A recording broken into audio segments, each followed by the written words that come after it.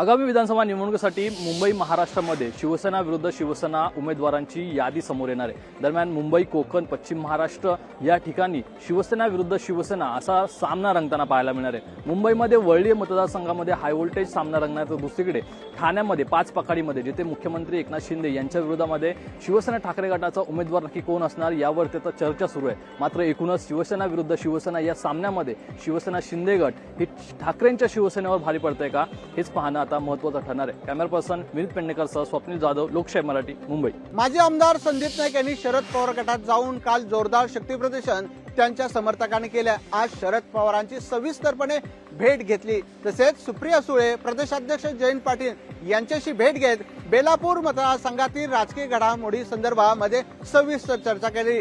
संदीप नाईक यांच्यासाठी सुप्रिया सुळे, जयंत पाटील आणि शरद पवार हे सुद्धा बेलापूर मतदारसंघात मेळावे घेणार आहेत। त्यामुळे संदीप नाईक बेलापूर मतदारसंघातून महाविकास आघाडीचे उमेदवार आहेत। त्यासाठी जोरदार शक्तीप्रदर्शन आगामी विधानसभेच्या निवडणुकी दृष्टीने राष्ट्रवादीकडून सध्या सुरू झालेला आहे। कॅमेरामॅन राजेशसह विकास मिरगणे, लोकशाही, नवी मुंबई। अजित पवार गटाची आज पहिली यादी जाहीर झाली आणि याच यादीमध्ये बीड जिल्ह्यातील 2 जागेवरती उमेदवार जे आहेत ते जाहीर करण्यात आलेले आहे।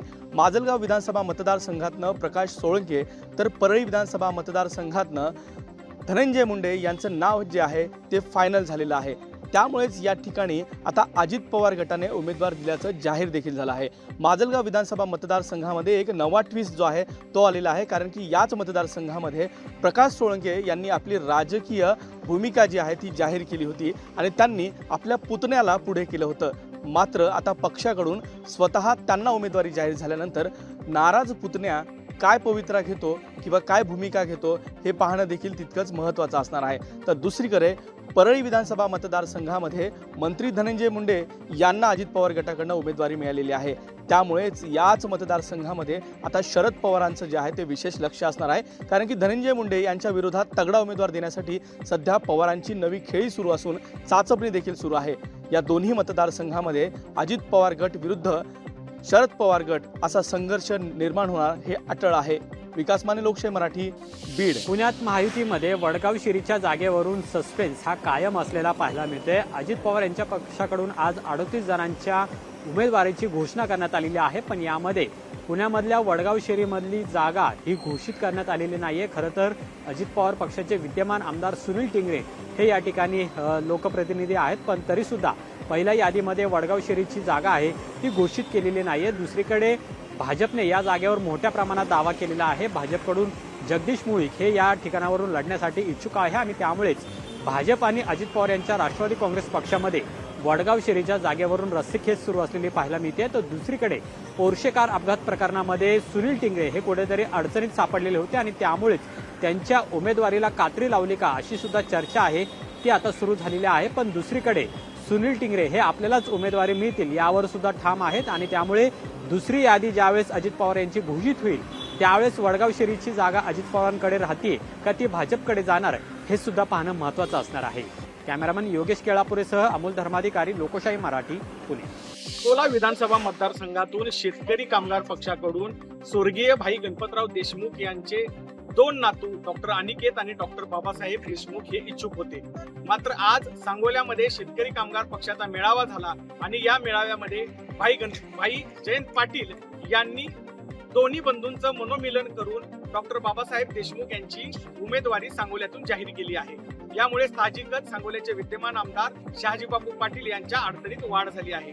यामध्ये ठाकरे गटाच्या शिवसेनेने माजी आमदार दीपक साळुंके पाटील यांना उमेदवारी देण्याची घोषणा केली आहे। त्यामुळे आता सांगोल्यामध्ये तिरंगी लढत पाहण्यास मिळणार आहे। तर दुसरीकडे महाविकास आघाडीचे प्रमुख घटक पक्ष असलेल्या राष्ट्रवादी शरदचंद्र पवार पक्षाचे अध्यक्ष शरद पवार यांनी शेकापच्या पाठीशी राहण्याचा निर्णय घेतला असल्याची माहिती शेकापचे राज्य सरचिटणीस भाई जयंत पाटील यांनी दिली आहे। त्यामुळे सांगोल्यामध्ये सांगली पॅटर्न राबवला जातोय का अशी चर्चा आता सुरू झालेली आहे। तिरंगी लढतीमध्ये आमदार शहाजीबापू पाटील यांच्या मात्र अडचणीमध्ये वाढ झाली। अभिराज उबाळे, लोकशाही मराठी, सांगोला। महायुतीमधील जागा वाटपानंतर भाजपमधील बंडखोरी टाळण्यासाठी उपमुख्यमंत्री देवेंद्र फडणवीस आज सलग 3ऱ्या दिवशी कार्यरत असल्याचं पाहायला मिळालं। भाजपमधील नाराज नेत्यांची समजूत घालण्याचं काम गेल्या 3 दिवसापासून सागरवर फडणवीस करत आहेत। आणि याच पार्श्वभूमीवर काल रात्री केंद्रीय गृहमंत्री अमित शाह यांची फडणवीस यांनी भेट घेतली. स्नेहलता कोल्हे आणि विशाल कोल्हे यांची समजूत काढण्यात फडणवीसांना यश आलेलं आहे. याशिवाय कुलाबा मतदारसंघातून बंडखोरीच्या तयारीत असलेल्या राज पुरोहित यांचीही मनधरणी करण्यात फडणवीस यशस्वी झाल्याचं पाहायला मिळालं. त्यामुळे एकूणच लोकसभा निवडणुकीनंतर विधानसभेमध्ये पुन्हा एकदा डॅमेज कंट्रोलच्या भूमिकेमध्ये देवेंद्र फडणवीस पाहायला मिळत आहेत. कॅमेरामन निकेश मोरेसह मी चेतन नावरे, मुंबई. अखेर मनोज जरांगे पाटलांनी विधानसभा निवडणूक लढवण्याची घोषणा केलेली आहे आणि उद्यापासून अंतरवली सराटे या ठिकाणी इच्छुक उमेदवारांच्या मुलाखती देखील घेतल्या जाणार आहेत. कारण याआधी सरकारला इशारा दिलेला होता, मात्र सरकारकडून मागणी पूर्ण होत नाही म्हणून आम्ही उमेदवार उभा करायची की पाडायची यावर निर्णय घेणार असं त्यांनी बोलून दाखवलं होतं.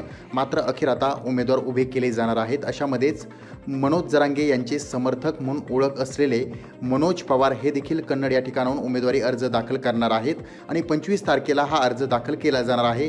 त्यामुळे जोरदार शक्तीप्रदर्शन करून मनोज जरांगे यांचे समर्थक देखील आता निवडणुकांमध्ये सक्रिय झालेले आहेत आणि ते स्वतः अर्ज दाखल करून अशा निवडणुका लढणार, ही निवडणूक लढणार असं बोललं जाते.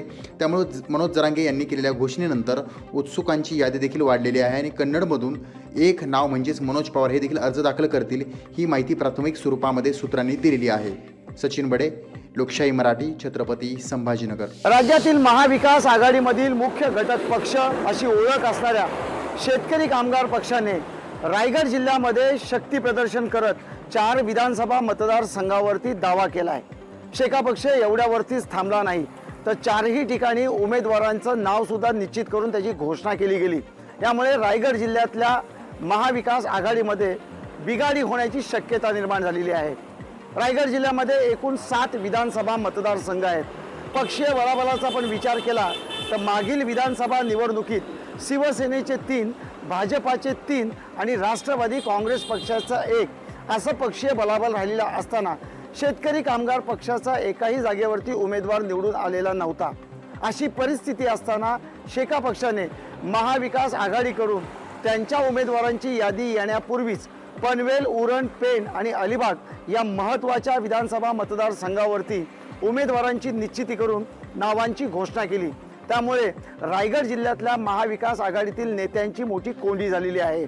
उद्धव बाळासाहेब ठाकरे शिवसेनेचा उरण आणि पेणवरती दावा होता, त्याचबरोबर काँग्रेसचा उरण आणि अलिबागवरती दावा होता. असं असताना महाविकास आघाडीमधील या मुख्य पक्षांना विश्वासात न घेता शेतकरी कामगार पक्षांनी थेट आपले उमेदवार ठरवल्यामुळे आता नेमकं रायगडच्या राजकारणात महाविकास आघाडीमध्ये भविष्यात काय घडतंय हे पाहणं तितकंच महत्त्वाचं राहणार आहे. व्हिडिओ जर्नलिस्ट ओम गोरेगावकरसह भारत गोरेगावकर, लोकशाही मराठी, रायगड. विधानसभा निवडणुकांचं बिगुल वाजलंय आणि कोल्हापूर जिल्ह्यातल्या महायुतीतील भाजप, राष्ट्रवादी आणि शिवसेना यांच्यातल्या प्रत्येकी 2 जागांचं जे उमेदवारी आहेत त्या घोषित करण्यात आल्या आहेत. खरं तर कोल्हापूर जिल्ह्यातल्या विधानसभांमध्ये 10 विधानसभेच्या या सगळ्या जागा आहेत आणि त्यामध्ये महायुतीनं पहिल्यांदाच या 6 उमेदवारांची घोषणा केल्याचं आपल्याला पाहायला मिळतं आहे. त्यामध्ये राष्ट्रवादीचे हसन मुश्रीफ, तर चंदगडमधून राजेश पाटील, शिवसेना शिंदे गटातून प्रकाश आबिटकर आणि चंद्रदीप नरके आणि गेल्या 2 दिवसापूर्वी जाहीर करण्यात आलेले भाजपमधून अमल महाडिक आणि इचलकरंजीचे राहुल आवाडे या 6 जणांच्या उमेदवारीची घोषणा केली आहे. तर दुसरीकडं महाविकास आघाडीमध्ये कुठंतरी उमेदवार घोषित न झाल्यानं कार्यकर्ते अस्वस्थ असल्याचं पाहायला मिळतं आहे. त्यामुळं कार्यकर्त्यांच्या बैठका आहेत त्या मोठ्या संख्येनं पार पडताना दिसून येत आहेत. खरं तर अनेक नेते आहेत ते मुंबईत तळ ठोकून असल्याचं आपल्याला दिसून आलेलं आहे आणि अनेकांचं लॉबिंग जे आहे ते आपल्या पक्षश्रेष्ठींकडे होताना पाहायला मिळतं आहे. त्यामुळं कोल्हापूरच्या या 10 जागांसाठी खरं तर महायुतीनं या सगळ्या 6 जागांचे उमेदवार ते घोषित केले आहेत आणि 4 जागांचे उमेदवार सध्या बाकी असल्याचं पाहायला मिळतं आहे. मात्र दुसरीकडं महाविकास आघाडीनं अद्याप देखील एकही उमेदवार घोषित न केल्यामुळं महाविकास आघाडीमध्ये कुठेतरी एक अस्वस्थता पाहायला मिळते. सत्यजाऊनकर, लोकशाही मराठी, कोल्हापूर.